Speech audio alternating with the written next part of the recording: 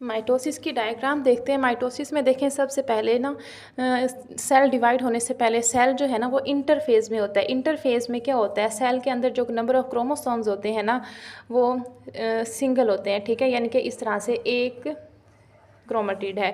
अब उसके बाद इंटरफेस में जो है ना क्रोमोसोम्स जो है ना वो डबल हो जाते हैं, इस फॉर्म में आ जाते हैं। ये एक सिस्टर क्रोमेटिड अपने जैसा एक और सिस्टर क्रोमेटिड बना लेता है, यानी कि इस तरह ये डबल हो जाते हैं क्रोमोसोम्स।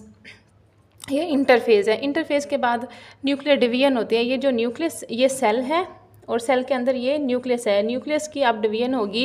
अब न्यूक्लियस की जब डिवीजन होती है ना, ये जो डबल क्रोमोसोम्स हैं, ये क्रोमोसोम्स यहाँ इक्वेटर पे अरेंज हो जाते हैं। जैसे यहाँ पर ये क्रोमोसोम्स जो हैं ये आपस में ये अरेंज हो गए हैं। अब ये यहाँ से सेंट्रियोल्स जो है ना वहाँ से थ्रेड्स निकलते हैं, ये थ्रेड्स हैं। और ये थ्रेड्स जो हैं क्रोमोसोम को इस तरह से, ये जैसे ये एक क्रोमोसोम है, ये इसके सिस्टर क्रोमेटिड्स हैं। एक थ्रेड यहाँ से सेंट्रियोल से आएगा, यहाँ से उसको अटैच हो जाएगा, दूसरा यहाँ से अपोजिट से। अब इनको ना इस तरह से अपोजिट साइड पे ये ना इसको फोर्स लगाएंगे, अपोजिट साइड पर खींचेंगे।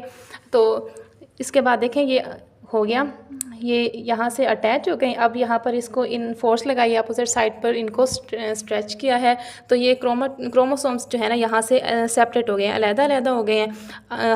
हाफ क्रोमोसोम एक पोल पे आ जाएंगे, दूसरे हाफ जो है वो सेकंड पोल पे आ जाएंगे, दो पोल हैं इस तरह से। उसके बाद न्यूक्लियस जो है ना, इनके अंदर न्यूक्लियस जो है वो ऑर्गेनाइज होना शुरू हो जाता है क्रोमोसोम्स के अगेंस्ट। और फिर इस तरह से न्यूक्लियस बन जाता है। क्रोमोसोम्स जो हैं वो भी अपोजिट पोल पे चले जाते हैं और फिर वो यहाँ से साइटोप्लाज्म की डिवीजन होती है, उसको कहते हैं साइटोकाइनेसिस। न्यूक्लियस की डिवीजन कैरियोकाइनेसिस कहलाती है, उसको न्यूक्लियर डिवीजन भी कहते हैं। उसके बाद ये सेल जो है ना, सेल भी अंदर की तरफ इन्वेजिनेट होना शुरू हो जाता है और एंड ये यहाँ से बिल्कुल आपस में मिल जाते हैं और ये दो डॉटर सेल्स में तकसीम हो जाते हैं। एक ये डॉटर सेल है और एक ये डॉटर सेल है। और माइटोसिस में जो डॉटर सेल्स हैं उनके अंदर नंबर ऑफ क्रोमोसोम्स उतने ही होते हैं जितने पेरेंट के अंदर क्रोमोसोम्स हैं।